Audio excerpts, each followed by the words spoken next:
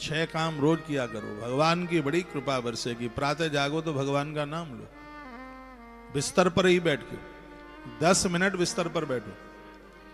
लेकिन आप इतने लेट जगते हैं। आज ही कोई बहन मैसेज कर रही थी, महाराज जी आप सूर्य उदित होने से पहले की बात करते हैं, मैंने आपसे दीक्षा ली है लेकिन मेरी तो 8 बजे से पहले आंख ही नहीं खुलती। आज मैंने चरक संहिता से आज प्रवचन में बोला है, जो सूर्य निकलने के देर बाद तक बिस्तर पर पड़े रहते हैं वो हार्ट के बीमार हो जाएंगे, हृदय रोगी हो जाएंगे, उनको कोई बचा नहीं पाएगा। आज ही की बात है, मैंने आज ही बोला। जिसका पित्त बिगड़ जाएगा वह हार्ट का मरीज हो जाएगा, उसे कोई बचा नहीं पाएगा। तो ये सिर्फ खान पान से बीमारी बढ़ रही है, ये तो है ही, लेकिन हमारी गतिविधियां बिगड़ गई हैं, सोने और जागने का समय बिगड़ गया है। यह बीमारियां उससे भी बढ़ रही हैं। आज इतनी बीमारियां बढ़ी हैं कि डॉक्टर्स लोग भी जिनका नाम नहीं जानते। अपने आप को बचा लो, कैसे भी अपनों को बचा लो। कोशिश कीजिए आप 10 बजे तक आप सो जाएं, क्योंकि जो 10 बजे तक सो जाए उसका जीवन तो हीरा है, डायमंड। 10:30 तक जो सोता है उसका गोल्ड है, सोना। काफी महंगा हो गया है सोना। 11 बजे तक जो सोते हैं उनका जीवन तो पीतल है, और 11 बजे के बाद भी जो जागते रहते हैं वो तो अपने आप को लोहा समझ लें, 60 रुपया किलो का। ऐसा ही जीवन है। आप अनमोल बनिए, डायमंड बनिए, हीरा बनिए। आप 20 साल ज्यादा जी लेंगे। लोग कहते हैं कि परमात्मा ने जितनी उम्र दी है उतना तो जीना ही नहीं है। कोई नहीं जीना है उतना, आप उससे ज्यादा भी आप जी सकते हैं यदि आप ठीक ठाक से आप अपना जीवन जिएंगे। इस कलयुग में 120 वर्ष उम्र ज्योतिष ने कम से कम बताई है कि जितने भी ग्रह हैं एक राशि पर पूरा घूमने में उसे 120 साल लगते हैं यदि वो ठीक से जी लेगा। 120 वर्ष की उम्र हमें मिली है, कुकर्म के द्वारा, गलत कर्म के द्वारा, ठीक से जीवन न जीने के द्वारा वह हमारी उम्र कम होती जाती है। हर व्यक्ति को 120 वर्ष मिले, 120 साल। इस कलयुग की मैं बात कर रहा हूं, लेकिन गलत कर्मों के द्वारा, अन्याय और अपराधों के द्वारा उसकी उम्र का ह्रास होता है। जितनी उम्र मिली है उससे पहले यदि उसकी मृत्यु हो जाती है उतने समय तक वो जीव भटकेगा, उसे दिक्कत होगी, उसे परेशानी होगी। हमारा वेद कहता है कि कम से कम 100 वर्ष की उम्र जी करके जाना है, सतम आयु।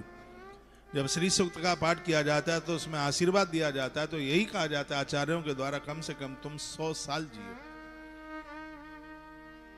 तो ऐसा जीवन जीना है कि हम निरोगी हों, हमें रोग आसपास तक न हो। प्रातः आप जागें, 10 मिनट आप बिस्तर पर बैठें, कर दर्शन करें। 3 बातें भगवान को बोली जाती हैं हाथ का दर्शन करते हुए। बहुत महान भावों के प्रवचन में आपने सुना होगा, एक मेरा भी सुन लीजिए। कराग्रे वस्ते लक्ष्मी, कर मध्य सरस्वती, कर मूले तो गोविंद प्रभाते कर दर्शनम। इसका सीधा सा अर्थ तो यह है, हम गोविंद का दर्शन करते हैं, लक्ष्मी माता और सरस्वती माता का दर्शन करते हैं। सीधा तो इसका अर्थ ही है। इसको और ठीक से यदि पढ़ लिया जाए, समझ लिया जाए तो इसका अर्थ है कर मध्य तो गोविंदा प्रभाते कर दर्शनम। लेकिन इससे पहले जो कहा है वो बहुत ज्यादा अद्भुत है। कराग्रे वस्ते लक्ष्मी, हाथ जोड़ करके कहिए भगवान 2 पैसा हमें परिवार चलाने को दे दो। अर्थ मांगना बिल्कुल गुनाह नहीं है, हमारा वेद कहता है। परमात्मा से प्रत्येक दिन काम मांगिए। जो काम नहीं करता हमारे ग्रंथों में उसे शैतान कहा गया है। वो किसी काम का नहीं है, वो धरती पर भार है, वो भजन बन करके जी रहा है जो कुछ काम करता नहीं है। परमात्मा से प्रत्येक दिन काम मांगिए। लक्ष्मी मां से हम काम मांगे, उससे 2 पैसा मांगे परिवार चलाने के लिए, क्योंकि जो ऋण के साथ जी रहे हैं वो अभिशप्त हैं, वो श्रापित होकर के जी रहे हैं, जिनके ऊपर कर्जा है। इतनी मेहनत कीजिए, खरीदी हुई चीज आपको महंगी ना लगे। गरीब घर में जन्म ले लेना ये हमारे बस का नहीं, लेकिन गरीब होकर के मरेंगे नहीं, ये हमारे बस में है। पुरुषार्थी बनिए, और कलियुग तो एक ऐसा युग है कि लोग इसमें अपनी योग्यता अपने माथे के द्वारा खूब धन कमा रहे हैं। धन कमाना बिल्कुल गलत नहीं है। शिव महापुराण में लिखा है कि धर्म दो प्रकार से कमाया जाता है, एक देह से और एक धन से। शरीर भी भगवान को लगाइए और संपत्ति भी भगवान को लगाइए। आज भाई भोला राम जी के पास भगवान ने व्यवस्था करी है, कथा हो रही है, आप सब लोग सुन रहे हैं, खूब भंडारा चल रहा है, जो लोग आ रहे हैं सब जीम रहे हैं। ये सब पैसा ही से तो हो रहा है।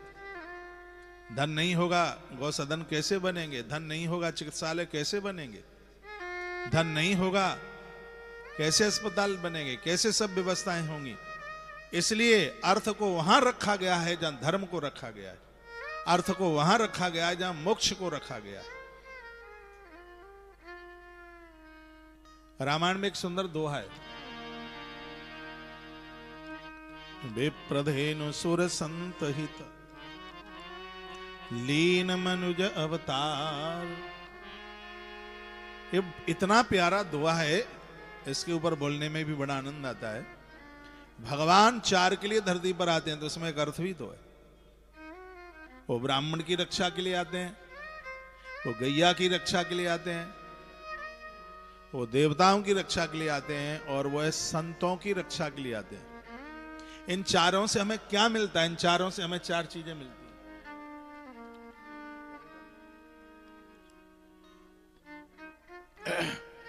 सबसे पहले विप्र, फिर है धेनु यानी गाय,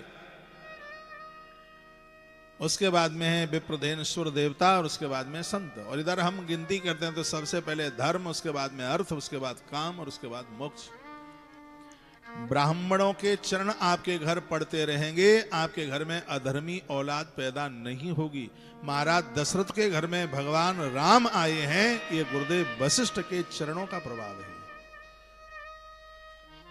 विप्र के द्वारा, ब्राह्मण के द्वारा धर्म बढ़ता है, धर्म वृद्धि होती है।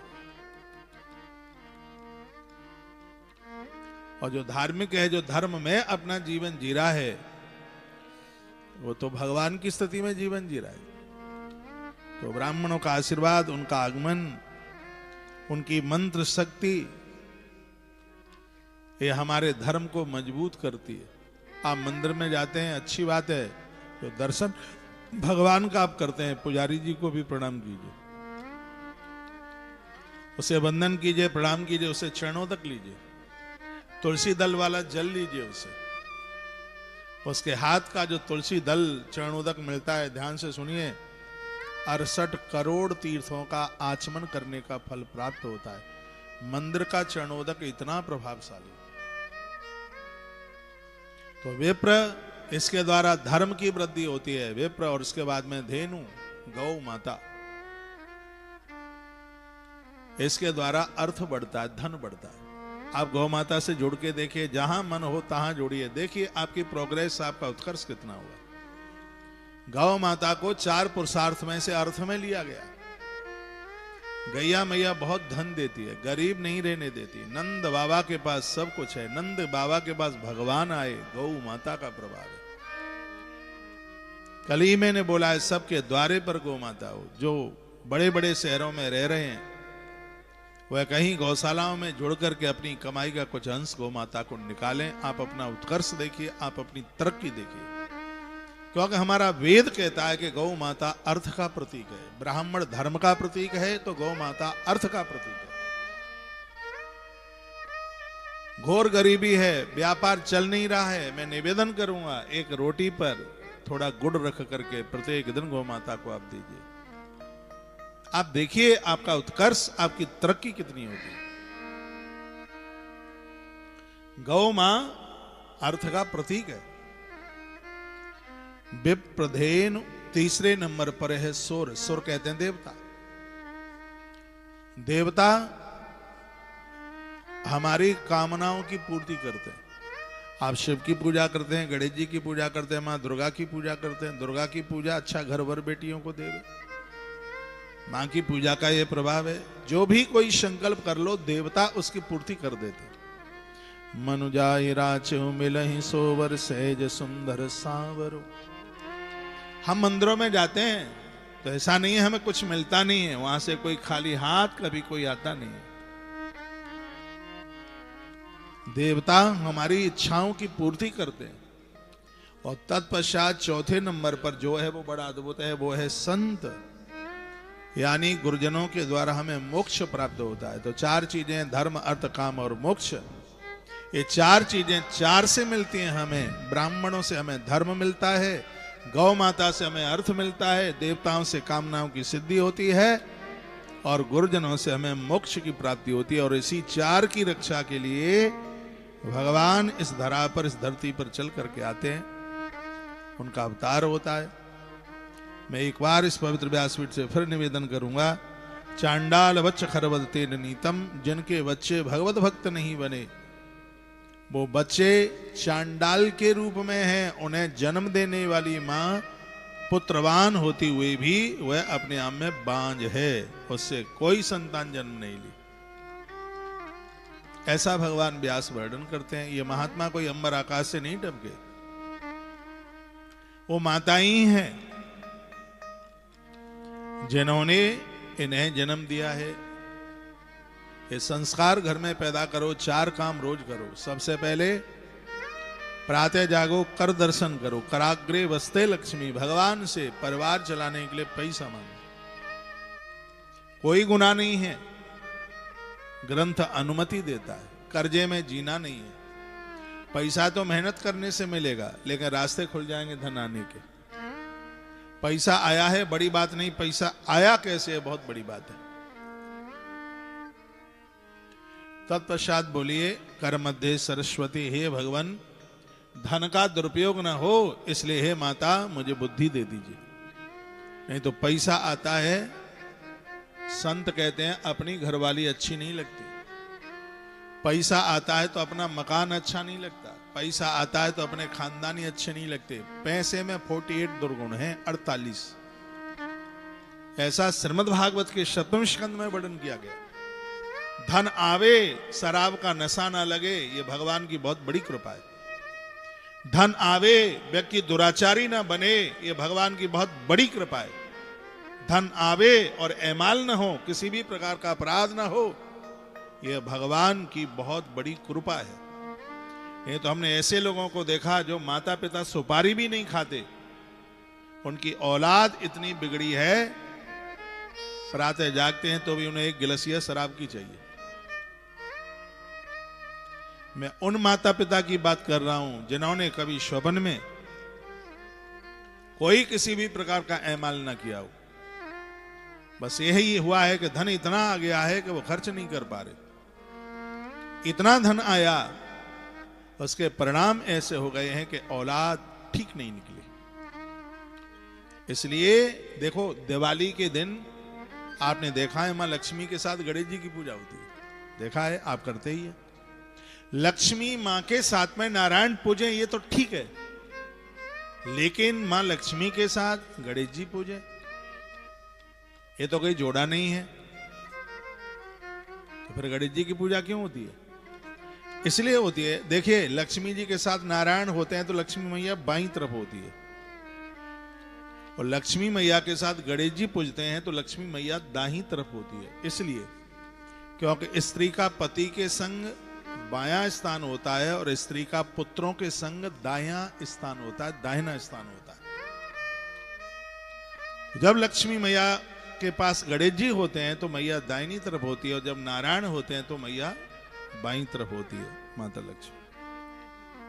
अब गणेश जी के साथ मां पूज रही है या गणेश मां के साथ पूज रहे हैं, इसका मतलब लक्ष्मी वैभव का स्वरूप है, वो धन का स्रोत है, वो धन है।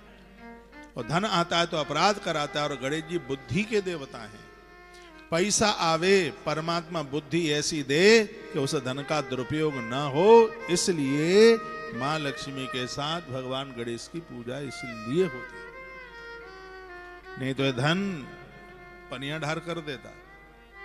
रावण के बाद धन ही तो आया। कहते हैं कि जब तक रावण के बाद धन नहीं था तब तक बड़ा करामाती आदमी था ये, बहुत भजनानंदी, 7 समुद्रों पर जाके पूजा करता, कैलाश जाता था महादेव की पूजा करने के लिए। लेकिन धन इसके पास इतना चल के आ गया कि दशानन को गर्मी हो गया। ऐसा कोई ऐब, ऐसा कोई दोष नहीं जो उसके पास चल करके ना आया हो। इसलिए परमात्मा से रोज प्रातः प्रार्थना करो कि भगवान 2 पैसा आवे परिवार चलाने के लिए, धन को ठीक से खर्च कर सकें, उसके लिए हे मां सरस्वती आप मुझे बुद्धि दे दीजिए। और तीसरी बात है कि मेरी इंद्रियां भटके नहीं, हे गोविंद मेरी इंद्रियों की रक्षा कीजिए, मेरी हर इंद्रिय पर आप आके बैठ जाइए। ये प्रातः रोज बोलना है। आप फिर अपना जीवन आप देखिए, अपना विस्तार देखिए। प्रत्येक दिन स्नान कीजिए। अब ठंड पड़ेगी, अब यहां तो कितनी पड़ती है मालूम नहीं, हमारे यहां वृंदावन में तो कड़ाके की शुरू हो गई। रोज नहाइए, स्नान कीजिए। हमारे यहां तो 16 उपचारों में स्नान को बताया गया। हमारे यहां तो एक आ गया 1000 काम करने से पहले नहाइए। अभी मैं दिवाली की रात्रि में ट्रेन में था, उज्जैन जा रहा था। मेरे पास कोई सज्जन बैठे थे। उन्होंने कहा महाराज जी खूब टीवी में हम आपको सुनते हैं, आप कोई हमें सूत्र दे दें जो हम ठीक से जी सके। ऐसे ही मैंने उन्हें बोला कि 5 सफाई रोज करो। 5 तरह की सफाई, आप बीमार नहीं होंगे, आप स्वस्थ होंगे, लंबी आयु जिएंगे। नंबर 1 मस्तिष्क की सफाई कीजिए। नंबर 2 फेफड़ों की सफाई कीजिए। अगला नंबर है दांतों की सफाई कीजिए। अगला नंबर है त्वचा की सफाई कीजिए। चमड़ी की भी सफाई की जाती है। माथे की सफाई, फेफड़ों की सफाई, और एक है आत्मा की सफाई। आप कहोगे आत्मा की भी सफाई होती है? हाँ होती है ना। सुनिए कैसे फेफड़ों की सफाई होगी प्राणायाम करने से। रोज प्राणायाम कीजिए। 1000 बीमारियां खत्म होती हैं प्राणायाम करने से। पेट में वायु अपना प्रभाव नहीं दिखाएगी, पित्ताशय खराब नहीं होगा, बात पित्त कफ ठीक बने रहेंगे।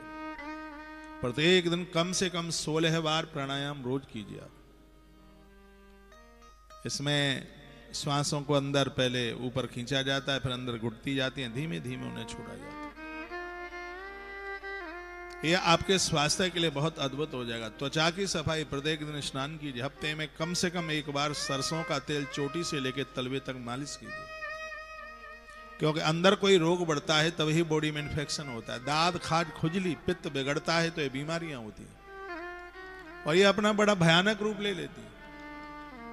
इसलिए चमड़ी की सफाई क्रीम पाउडर से नहीं, आप कभी नींबू की कुछ बूंदें डालिए, कभी फिटकरी डालिए पानी में। फिटकरी वरदान है, ऐसे जल से आप स्नान कीजिए। माताओं के लिए शुक्रवार के दिन केस धोना किसी वरदान से कम नहीं है। खोई हुई दौलत वापस आती है, कर्जा मुक्त घर हो जाता है। शुक्रवार का दिन मातृ शक्ति के लिए केस धोने के लिए बताया गया। सब प्रमाणित बातें वशिष्ठ संहिता में बड़ा विस्तार किया। तो मैं प्रसंग से हट नहीं रहा हूं, बिल्कुल कुछ बातें हैं जरूरी मेरे लिए बोलना हो जाता है और आपके लिए सुनना भी जरूरी होता है। स्त्री पुरुष कोई भी हो, त्वचा की सफाई, दांतों की सफाई। मधुमेह खाली मीठा होने से ही नहीं होता। अभी मैंने चरक संहिता में 3 दिन बोला है, जिनकी जीभ पर मैल जमा है उन्हें डायबिटीज हो जाएगी। जीभ को रोज खुरचिए। जीभ को खुरचने का, बाजार से जीभ खुरचनी भी आती है क्या? यहाँ इसको बोलते हैं, नहीं तो आप उंगली डाल करके भी जिभ्या साफ कर सकते हैं, जैसे मैं करता हूं। माइक खोल भाई, क्या हुआ आज माइक? रात को सोते समय भी आप एक बार ब्रश करके, हफ्ते में 1 बार नीम की दांतोन, हो सके 100 साल में भी दांत नीचे नहीं गिरेंगे। 2 इलायची और 2 लौंग नियम बना लो, प्रत्येक दिन लेना है आपको। मैं लेता हूं, आप भी लीजिए।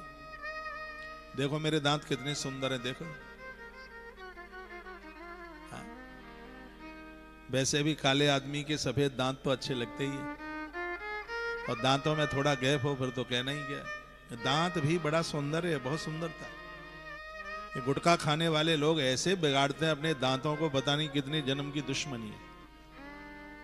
इनको बोलो नारियल के तेल में थोड़ी सी हल्दी डाल करके बुरश से दांतों को घिसें, 3 दिन में यदि दांत साफ ना हो जाए, ना चमक जाए, तो चाहे जितना बड़ा फाइन लगा देना आप, 3 दिन में दांत सफेद हो जाएंगे। हल्दी नारियल के तेल में डाल करके और बुरश से उसको साफ कीजिए, चमक जाएगा। जैसे कोलगेट पाउडर से चांदी चमक जाती है, दांत चमकेगा। और दांत बिगड़ते हैं तो कैंसर पैदा होता है। मैं आयुर्वेद की किताबें पढ़ता हूं, मुंह की गंदगी से ही कैंसर पैदा होता है। मुंह में गंदगी होगी, शरीर में गांठ होगी, पता नहीं कौन सी गांठ कैंसर का रूप धारण कर लेगी। इसलिए मुंह को तो बहुत स्वच्छ होना चाहिए, बहुत शुद्ध होना चाहिए। रात्रि को जूठे मुंह से मत सोना, रात्रि को कुल्ला करके सोइए, दांत मान करके साफ करके सोइए, और थोड़ा सा गर्म पानी पी के सोइए। इसलिए दिन में तुमने जो चिकनाहट का अन्न खाया, भोजन किया है, गर्म पानी के द्वारा तो सब अंदर चला जाता है। एक बात बताओ मुझे, आपकी कढ़ाई में घी जम गया है, ऐसी कढ़ाई को आप कैसे साफ करेंगे? ठंडे पानी से कढ़ाई साफ होती ही नहीं है। आप आजमा के देख लेना, जिस कढ़ाई में घी जमा है उसमें आप गर्म पानी डाल दीजिएगा, कढ़ाई साफ हो जाएगी। गर्म पानी से कढ़ाई साफ हो सकती है, तो गर्म पानी से हमारी आंतें साफ क्यों नहीं हो सकती? आंतें साफ होंगी, बीमारी रहेगी ही नहीं, पेट फूलेगा नहीं, गैस बनेगी नहीं, मोटापा बढ़ेगा नहीं, कोलेस्ट्रॉल हाई नहीं होगा। यह गर्म पानी का प्रभाव है। नशेड़ी व्यक्ति को गर्म पानी में शहद डाल के दे दीजिए, थोड़ा नींबू निचोड़ करके दे दीजिए, 3 महीने में उसका नशा छूट जाएगा। गर्म पानी का अपने आम में भैया इतना बड़ा प्रभाव है। तो मुंह साफ करना, सत्संग के द्वारा आंतों को साफ करना है, और जप के द्वारा माथे को साफ करना है, फेफड़े को साफ करना है, त्वचा को साफ करना है, फेफड़ों को प्राणायाम के द्वारा सफाई करना है। बहुत आनंद हो जाएगा। पार्वती मैया जैसा उबटन किया करो, हफ्ते में 1 बार, 15 दिन में 1 बार। मैं बता देता हूं क्या क्या करना है। आंखों के नीचे जो एक काला सा हो जाता है, बहुत बुरा लगता है, ब्लैक हो जाता है आंखों के नीचे, झुर्रियां पड़ेंगी नहीं। थोड़ी सी मुल्तानी माटी लीजिए, ले लिया है मुल्तानी माटी, बड़ा प्रभाव है उसमें। मुल्तानी माटी थोड़ी सी, उसमें आप कॉफी लीजिए, दोनों को मिला लीजिए, और थोड़ा सा उसमें चुकंदर का जूस डाल लीजिए, दोनों को मिलाकर आधे घंटे के लिए लेप कर लीजिएगा। कुछ विहार में तुमसे सुंदर कोई दूसरा दिखाई ही नहीं देगा। आप करके देख लें। 24 तारीख तक हम आपके बीच में हैं, 2 दिन कर लीजिएगा। बगल वाली सहेली कहेगी, जी जी आजकल तो बड़ी रौनक चेहरे पर लगी है। अब उनको क्या पता कि कौशिक महाराज ने फार्मूला बता दिया। महात्मा चरक ने बड़ी अद्भुत बातें बताई। 10 रुपए का खेल है, 25,000 लीपा पोती करने वाले ले लेंगे, वहां इतना नहीं चमका पाएंगे। कोई डेकोरेशन करा के शादी में कोई बहन आवे और इतने में ऊपर से पानी की बूंदें गिर जाए, फिर चेहरा देखो लंगुरिया जैसा होता है। लंगूर की पत्नी, क्या लंगूरी बोले इसको, लांगुरी। लेकिन यह आप लगा लीजिए, पानी बरसे धुआंधार, लेकिन जितना चेहरा गीला होगा उतना ही उसमें चमक आएगी, तो कोई खर्चा नहीं। तो 5 तरह की सफाई हमारे स्वास्थ्य का डेवलपमेंट करती है। आइए मैं कथा में चल रहा हूं। दुर्लभ कथा लोके श्रीमद् भागवतोद्भवा कोटि जन्म समुत्थेन पुण्य नेव तो लभ्यते। भगवान व्यास लिखते हैं, करोड़ों जन्मों का पुण्य उदित होगा, तब कहीं भागवत जैसी पवित्र कथा सुनने का सौभाग्य प्राप्त होगा। वो माताएं ये सोच लें जिनके बच्चों ने मंदिर बनवाया हो, जिनके बच्चों ने कथा कराई हो, गौ सदन बनवाए हो, उन माताओं की छाती का दूध कृत हो जाता है, उन्हें धरती पर जन्म लेने का पूर्ण सौभाग्य प्राप्त हो जाता है। ऐसा भगवान व्यास लिखते हैं। उनके भाग्य की सराहना वह करते हैं। सत्येन ब्रह्मचर्येण सर्वदा श्रवणं मतम असक्यात् कलौ बुद्ध्यो विशेषोर्थ सुखा गया। वर्णन किया गया है कि कथा सुनने वाले सुनाने वाले सबके लिए नियम है वो सत्य भाषण करें, सत्य भाषण, ब्रह्मचर्य धर्म का पालन करें। कलयुग में ये बड़ा कठिन हो रहा है। सुखदेव भगवान ने विशेष विधि बताई, वह जान लें।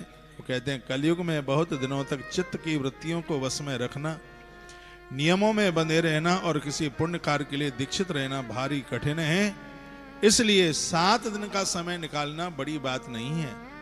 जो 7 दिन का समय निकालेगा तत्फलम सुख देवेना सप्ताह श्रवणे कृतम, कहा गया है कल दोष उपवास सप्ताह श्रवणम मतम। ये 7 दिन की भागवत की कथा संपूर्ण हमारे दोषों को समाप्त कर देगी। बस शर्त यह है कि कथा को सिर्फ सुनना ही नहीं है, कथा को हृदय में उतारना है।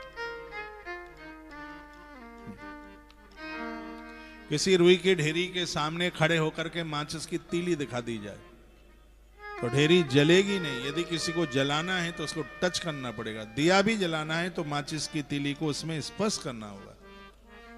यदि पापों को जलाना है तो भगवान के चरित्रों को हृदय में उतारना है, उसमें कल्याण है।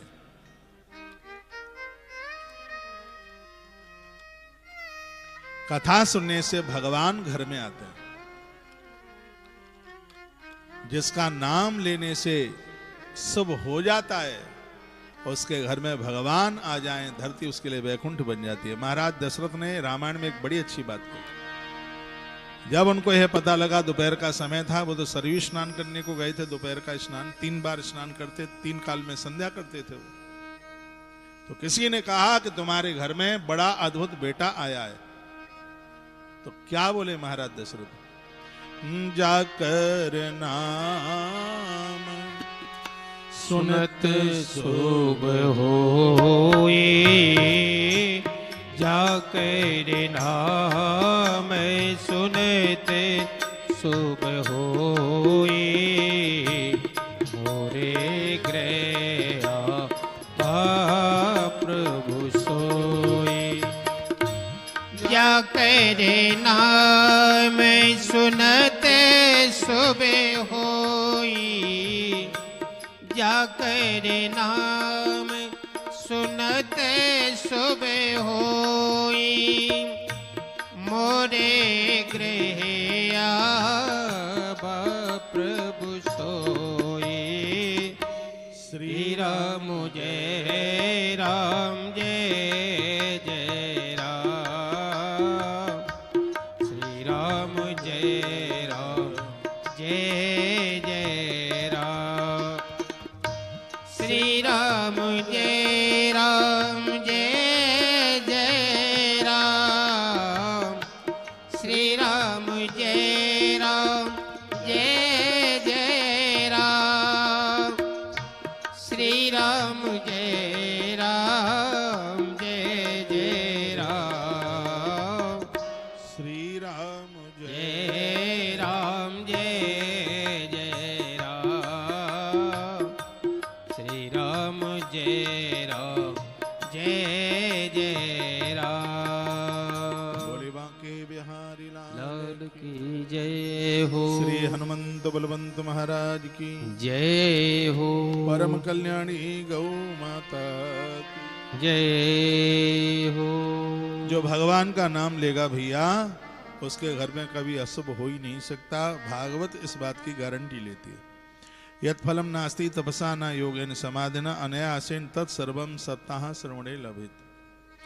कहते हैं जितना पुण्य तप के द्वारा नहीं, योग समाधि के द्वारा नहीं, जितना कि अचानक भागवत जैसे पवित्र ग्रंथों की कथा सुनने को मिल जाए और जो पुण्य प्राप्त हो जाता, बहुत अद्भुत है वह। उसकी बड़ी अद्भुत महिमा का वर्णन किया गया।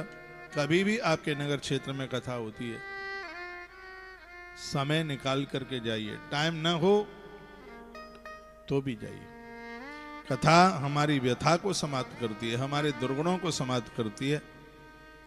और यहां तक कह दिया गया, ये मानवा पाप कृतस्तु सर्वदा सदा दुराचार रता भी मार्गगा, क्रोधाग्निदा कुटलाश कामना सप्ताह यज्ञ कलु पुनंते थे। जिस व्यक्ति ने जिंदगी भर अपराध किया, अनजान में हुआ, ना समझदारी में हुआ, ऐसा व्यक्ति भी यदि भागवत जैसे पवित्र ग्रंथ की कथा सुन लेता है तो भगवान व्यास कहते हैं, माइक खोल दे भाई, ये बॉक्स इनमें आवाज नहीं है, रखे।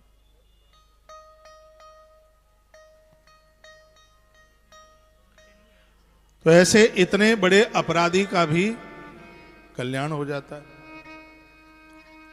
तो सौनकादियों ने महात्मा सूत जी को पूछा, क्या किसी पापी का कल्याण हुआ? तब कहा हुआ ना, एक धुंधकारी नाम का एक बहुत बड़ा पापी भागवत की कथा से मुक्त हो गए। ये विस्तार पूर्वक ये कथा सुनाएं। तो कहा, तुंगभद्रा नदी के किनारे पर एक उत्तम नाम का नगर था। ज्यादातर ऐसे इस गांव में ब्राह्मण रहते थे। उन्हीं ब्राह्मणों में एक ब्राह्मण था जिसका नाम था आत्मदेव। घर में संतान थी नहीं, पत्नी थी। पत्नी बहुत लड़ाकू थी, बड़ी झगड़ालू थी। 4-5 लोग जीवन में बड़े चुभते हैं। जैसे कभी आपने जूता पहना हो, उसमें कंकड़ गिर जाए जूते में तो चलना मुश्किल हो जाता है।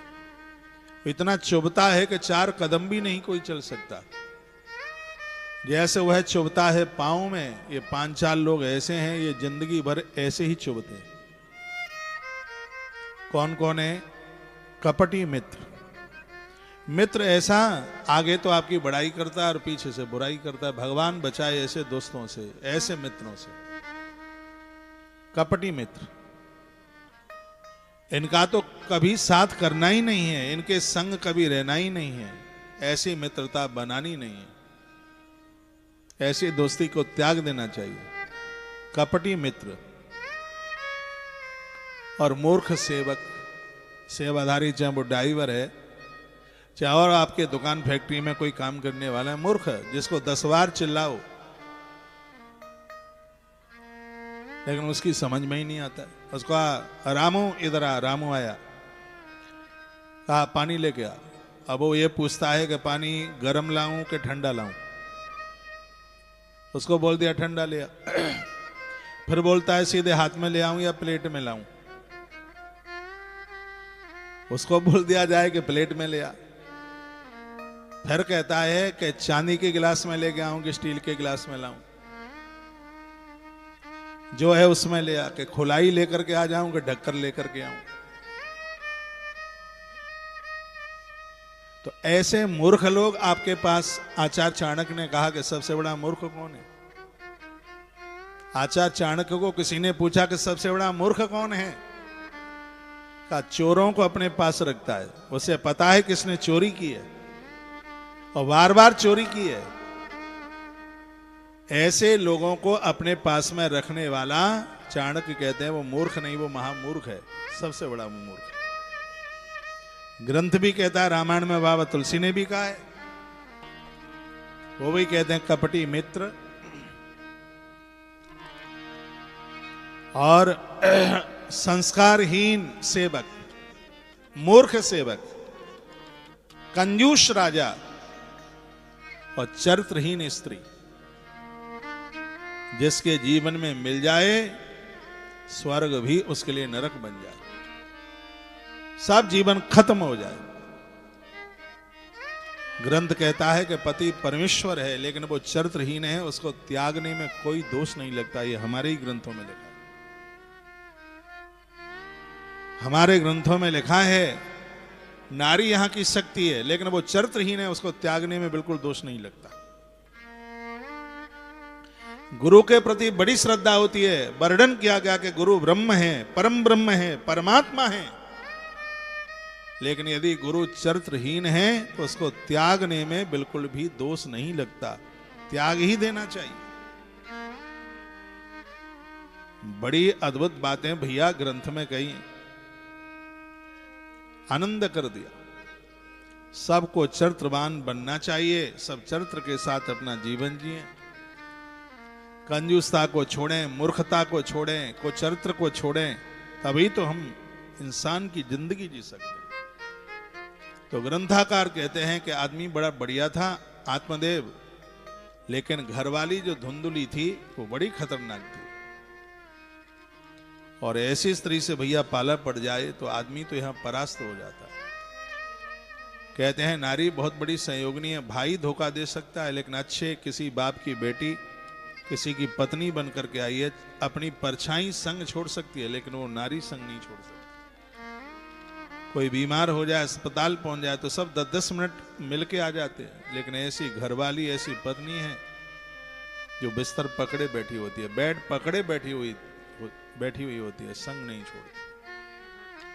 वो नारियां हैं जिनके साथ साथ भामरें पड़ी हैं। हमारे ग्रंथ कहते हैं बाजारू स्त्रियां प्राण ले लेंगी, कल्याण किसी का नहीं करेंगी। धरती पर अपराध बहुत हैं, लेकिन किसी पुरुष के जीवन में चरित्रहीन नारी आ जाए, पराई स्त्री आ जाए, इससे बड़ा उसके जीवन में अपराध नहीं हो सकता कोई। पराई स्त्रियों के साथ आरती पूजा पाठ करने का अधिकार किसी पुरुष को नहीं है, उसे यज्ञ में बैठाने का अधिकार नहीं है उसे। लेकिन ये दुर्भाग्य है, पूरा जीवन निकल जाता है, लोग अपनी घरवाली को नहीं समझ पाते, पूरा जीवन निकल जाता है, अपने पति को नहीं समझा जा सकता, नहीं समझते। हो सकता है ये उतना सुंदर तो नहीं है जितना आप जितनी सुंदरता चाहते हैं, लेकिन इससे बड़ा भगवान कौन होगा। तुम्हें जुकाम भी हो जाए तो कष्ट उसे होता है, 10 बार फोन करके पूछता है अब स्वास्थ्य कैसा है। ऐसे ही पुरुष के लिए करवा चौथ जैसे व्रत रखे जाते हैं। कभी माताओं को लगता है कि मेरी सुंदर चमड़ी की वजह से मुझसे प्रेम करता है, नहीं, ये उसकी इंसानियत है, ये उसके पास में संस्कार हैं। अपनी गृहिणी को इतना आदर देता है, इतना मान देता है, इतना सम्मान देता है, और ऐसे पति को छोड़कर जो स्त्रियां चली जाती हैं, क्या कहा जाएगा उनको। मैं पुरुषों को कहना चाहूंगा, इस दुनिया में विधाता ब्रह्मा ने तुम्हारी पत्नी से सुंदर दूसरी स्त्री ही नहीं बनाई है। वो ठीक है, हो सकता है उतनी उसकी लंबाई नहीं है, उतनी हाइट नहीं है, उसका वैसा रंग रूप नहीं है जैसा तुम चाहते हो, लेकिन जिसने तुम्हारे कुनबे के लिए एक संतान दी है, पूरा जीवन उसने तुम्हारे परिवार के लिए खपा दिया है, तुम्हारी 7-7 पीढ़ियां इस नारी के ऋण से उर्ण नहीं हो पाएंगी, इसलिए तो इसका नाम गृहिणी है।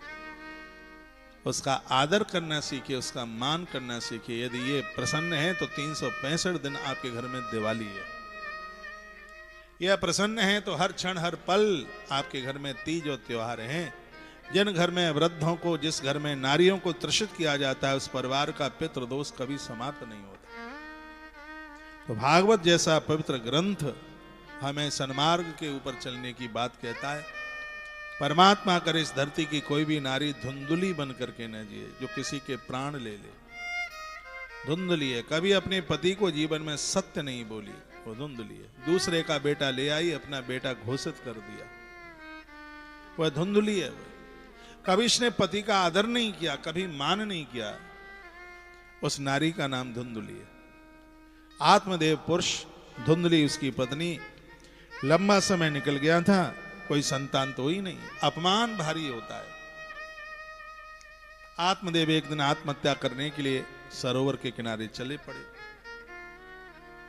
आत्महत्या करना ये जिंदगी का कोई समाधान नहीं है। इधर देखिए, अपने जीवन के साथ संघर्ष कीजिए। ज्यादातर ऐसे माताएं बिना कारण के आत्महत्या करने को तैयार हो जाती हैं, और आदमी यहीं परास्त हो गया है। माताएं धमकी देती हैं, चूहा मार दवाई खा लूंगी, पंखे से लटक जाऊंगी, नदी में गिर जाऊंगी, रेल के सामने लेट जाऊंगी, तो तुम्हारी बात नहीं मानूंगी। वो बात तो ठीक है, मैं मायके चली जाऊंगी तो देखता रहिए, यहां तक हो तो ठीक है, फिर तो कोई बात नहीं है, मायके में जाएगी, रहेगी, सुरक्षित रहेगी। तब आदमी इतना नहीं घबराता है, सोचता है कि 3 महीना थोड़ा ठीक से जी लूंगा, जब तक ये अपने पियर रहेगी, मायके रहेगी तब। उसके चेहरे पर मुस्कुराहट दो।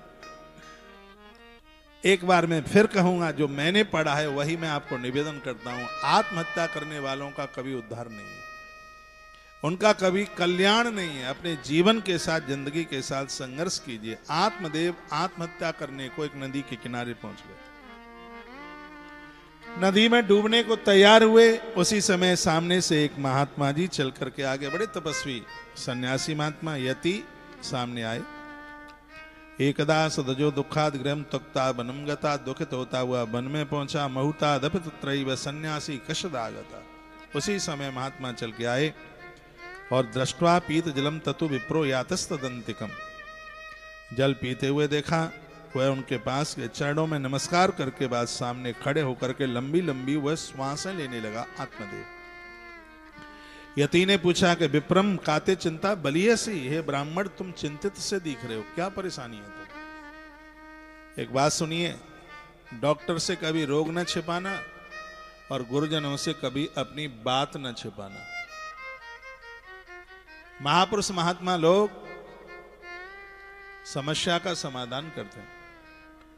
अपने बगल में देखिए कुछ जीजियां सो तो नहीं रही हैं। देखो, आपको पता है कथा में सोने वाले बनते हैं सांप और बगल में सोने वाले बने सपेरा। नींद आवे थोड़ी कौनी लगाइए, लगता है तड़के वाली दाल ज्यादा खा के आ गए हैं, सोइए नहीं। 2 पंक्तियां भगवान को समर्पित करें। माइक खोलिए भाई। कल एक भी बार नहीं कहा हमने कि माइक खोलिए।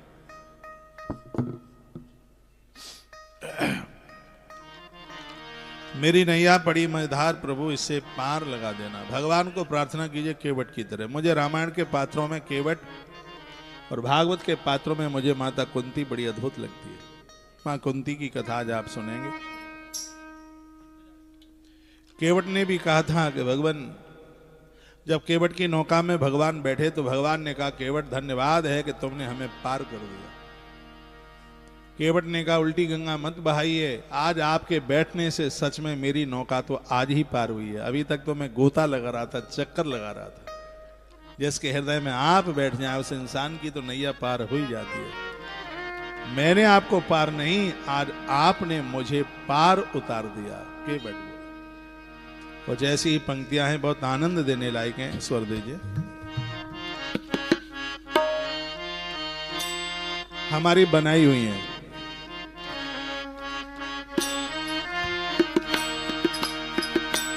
मेरी नैया पड़ी मझधार, मेरी नैया पड़ी मझधार, प्रभु इसे पार लगा देना। तेरी माला जपूं दिन रात, तेरी माला जपूं 100 बार, प्रभु इसे पार लगा देना। मेरी नैया पड़ी मझधार, प्रभु इसे पार लगा देना। ये हो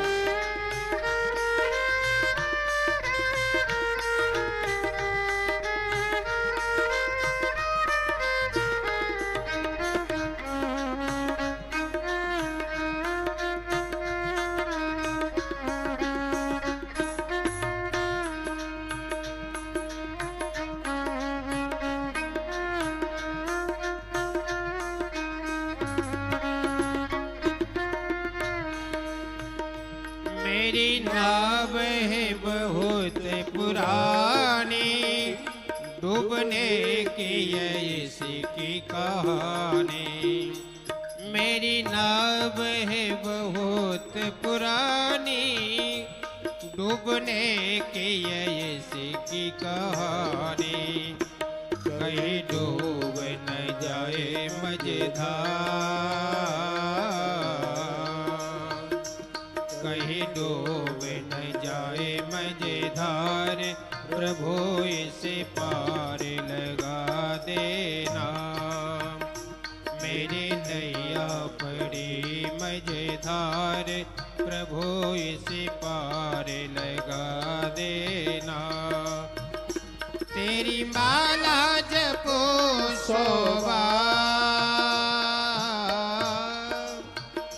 तेरी माला जपो 100 बार, प्रभु इसे पार लगा देना। मेरी नैया पड़ी मझधार, प्रभु इसे पार लगा देना। ये हो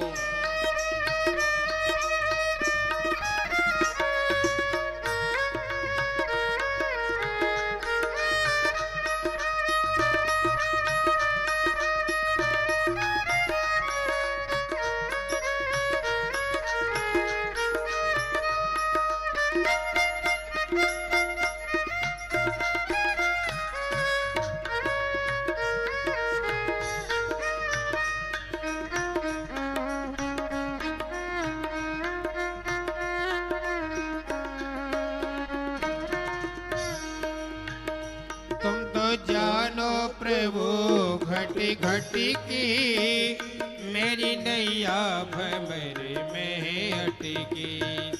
तुमको जानो प्रभु घट घट की मेरी नैया भंवर में ये अटकी। अब दूजो नैया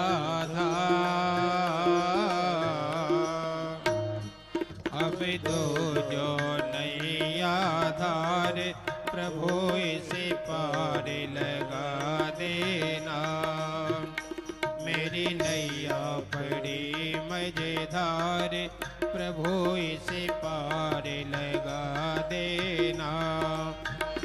तेरी माला जपो सोवा तेरी माला जपो सोवार प्रभु इसे पार लगा देना।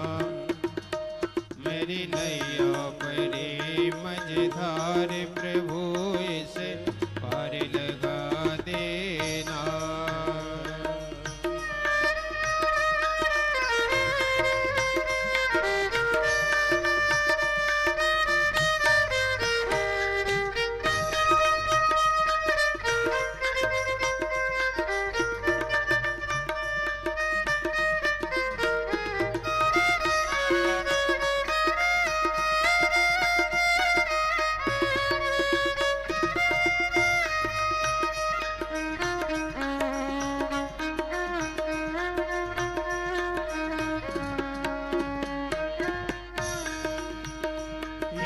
प्रभु राघव गोविंदा नटवर नागर बाल में कुंदा। हे प्रभु राघव गोविंदा नटवर नागर बाल में कुंदा। तुम सुन लो मेरी पुकार तुम सुन लो मेरी पुकार प्रभु इसे पार लगा देना। मेरी नैया बड़ी मजेदार प्रभु इसे पार लगा देना। तेरी माला जपो सोवा तेरी माला जपो सोवार प्रभु इसे पार लगा देना। मेरी नैया बड़े मजेदार प्रभु इसे पार लगा देना। जय हो।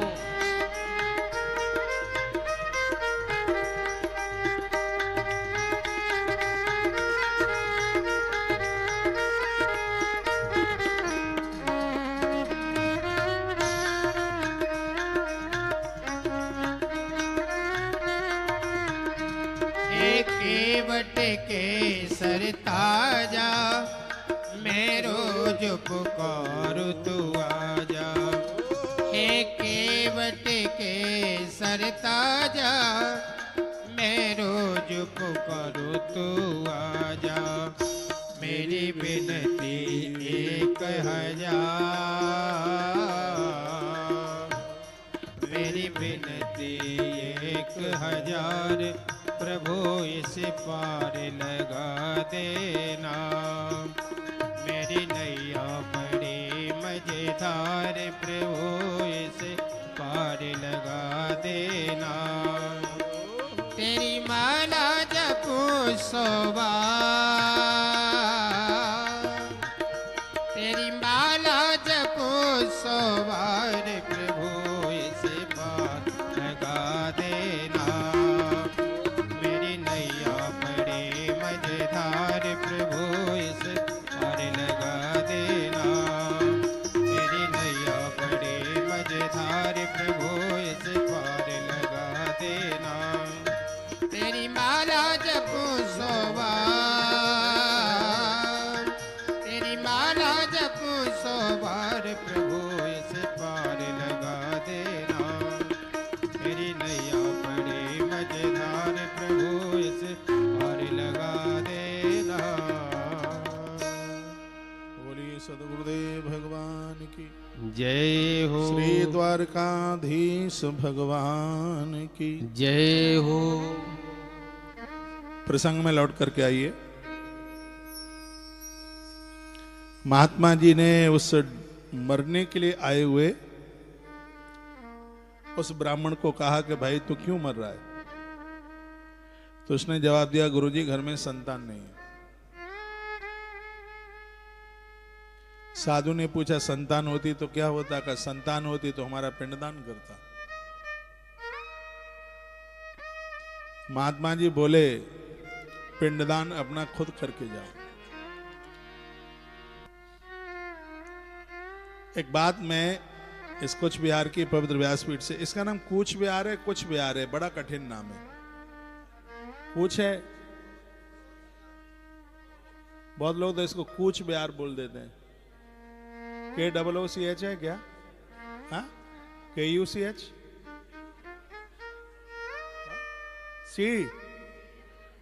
COOH, कुछ बिहार। ये आसाम में पड़ता है, बंगाल में। जी जी बैठ जाएं। वही अखंड नहीं है, कोई बात नहीं है। तो मैं व्यासपीठ बैठता हूँ, थोड़ा जला के बैठता हूँ। अखंड दिया जल रहा है।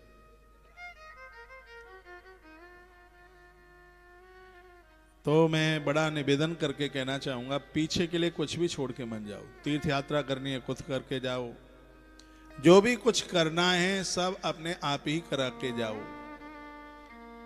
ये गया जी भी खुद पहले ही चले जाना, बाद के लिए कुछ छोड़ के ही नहीं जाना। और आने वाला समय बड़ा प्रलयंकर कार्य है।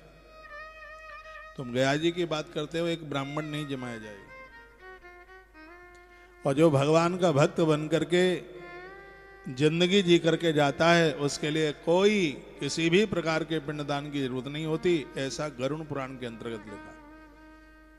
पिंडदान का अर्थ ही है, पिंड माने शरीर, दान माने समर्पित करना। जिंदे जी अपने आप को भगवान का बना दो, यह सबसे बड़ा पिंडदान है। ईश्वर के लिए समर्पित हो जाए। साधुओं का कौन पिंडदान करने को जाता है? महात्माओं का कौन करता है जाके? तो खुद ही अपना सब कुछ अपने हाथों से करके गए हैं। जो भी कुछ आपको करना है तो सब जिंदे जी अपने सन्मुख, अपने सामने करके जाइए। भागवत में ये बात एक महात्मा जी बताते हैं। वो कहते हैं कि मेरी बात आप माने, जिस बच्चे के लिए तुम इतना रो रहे हो, और ये जरूरी नहीं है कि बच्चा तुम्हें सुख पहुंचाएगा। बच्चे सुख कम पहुंचाते हैं, पीड़ा ज्यादा पहुंचाते हैं। और वर्तमान समय की तो स्थिति बड़ी खतरनाक चली रही है। मेरे पास कितनी माताएं आती हैं रोती हुई, कहते हैं बेटे को ऐसे हाथों में पाला, 20 साल तक 22 साल तक था हमारा था, अब अपनी घरवाली का हो गया। मैंने कहा वो तो होना ही था, तो होना ही था उसको। तो हम अकेले पड़ गए। हमने कहा आप अकेले नहीं, धरती माता आपके संग है, सूर्य देवता आपके साथ हैं, आकाश जल अग्नि वायु सब तो आपके साथ हैं, लेकिन उनके होने की आप अनुभूति नहीं समझ रहे। हमसे तो पंछी बड़े अच्छे हैं। बच्चे जब चोंच से चुगना शुरू कर देते हैं, पंखों से उड़ना शुरू कर देते हैं, तो कभी भी ये पंछी अपने बच्चों के ऊपर ध्यान ही नहीं देते कि अब इनका क्या होगा। उनको सभ्य बनाइए, संस्कारी बनाइए, काम धाम दीजिए, और कमाने लगे तो फिर आप परमात्मा के नाम का धन इकट्ठा करना शुरू कर दीजिए। अब उनको उड़ने दो, उनको जीने दो, उनको करने दो। आप बुढ़ा बुढ़िया कितना क्यों इतना टेंशन में आप जी रहे? जीवन 8 दिन का भी रह गया है तो भी भगवान का नाम नहीं लिया जाता। इनका क्या होगा? बस यही है, इनका क्या होगा? हम मर जाएंगे तो इनका क्या होगा? अरे मरो तो सही। बहुत लोग मर मर के चले गए, कोरोना में बहुत चले गए, सब चल रहा है। ये परमात्मा का क्रम है, ये चलता रहेगा। ये मेरे और आपके बिना ये दुनिया रुकने वाली नहीं है। एक क्रम चलता रहेगा। यहां बड़ी अद्भुत बातें इस महात्मा ने समझाई। तो आपकी तरह वो क्या बोला? वो ब्राह्मण देवता, बाबा सुनो, प्रवचन सुनने के लिए नहीं आया, कथा सुनने के लिए नहीं आया, या तो आशीर्वाद दो मुझे बेटा मिले, नहीं तो तुम्हारे सामने अभी आत्महत्या कर डालूंगा। लो अब और बड़ी आफत आ गई। तब महात्मा जी ने एक फल निकाल के दिया और कहा कि यह फल अपनी पत्नी को खिला देना, संतान का जन्म हो जाएगा। अभी तो महात्मा ने कहा था कि औलाद होगी नहीं, 7 जन्म बधी तब पुत्र नहीं बचा, 7 जन्मों तक तुम्हारे भाग्य में औलाद नहीं है। फिर एक फल दे दिया, कहा संतान हो जाएगी। इसका मतलब यह है जब काम दवाओं से नहीं तब काम दुआओं से चलता है। परमात्मा भी जिसको पूरा नहीं कर पाता, एक तपस्वी महात्मा के आशीर्वाद से वह पूरा हो जाता है। प्रमाण है, राजा दशरथ की कुंडली में पुत्र योग नहीं था बिल्कुल। बड़े बड़े ज्योतिषियों ने, जो बहुत ज्योतिष पर विश्वास रखते हैं, वो सुनिए, बड़े बड़े ज्योतिषियों ने जो हस्तरेखा के द्वारा ही जीवन जी रहे, जन्म पत्री दिखाएंगे, 1 महीने में 25 जगह दिखाते हैं जन्म पत्री। हाथ दिखाएंगे, हाथ रेखा दिखाएंगे, कर्म नहीं करना है उन्हें, जन्म पत्री दिखा के ही सब कुछ तैयार करना है उन्हें। जन्म पत्री के ग्रहों को बदलने की ताकत तुम्हारे पास में, हस्तरेखा बदलने की ताकत तुम्हारे पास में। महाराज दशरथ की जन्म पत्री में लिखा था कि पुत्र का संयोग नहीं है, संतान नहीं, बेटा नहीं। ये जन्म पत्री में बड़े बड़े ज्योतिषियों ने वह जन्म पत्री देखी। लेकिन कमाल हो गया, जब गुरुदेव की शरण में राजा दशरथ गए तो गुरुजी ने कहा धाराओ धीर होइए सुतचारी। गया था राजा 1 मांगने के लिए, लेकिन गुरुदेव के आशीर्वाद ने 4 दे दिए।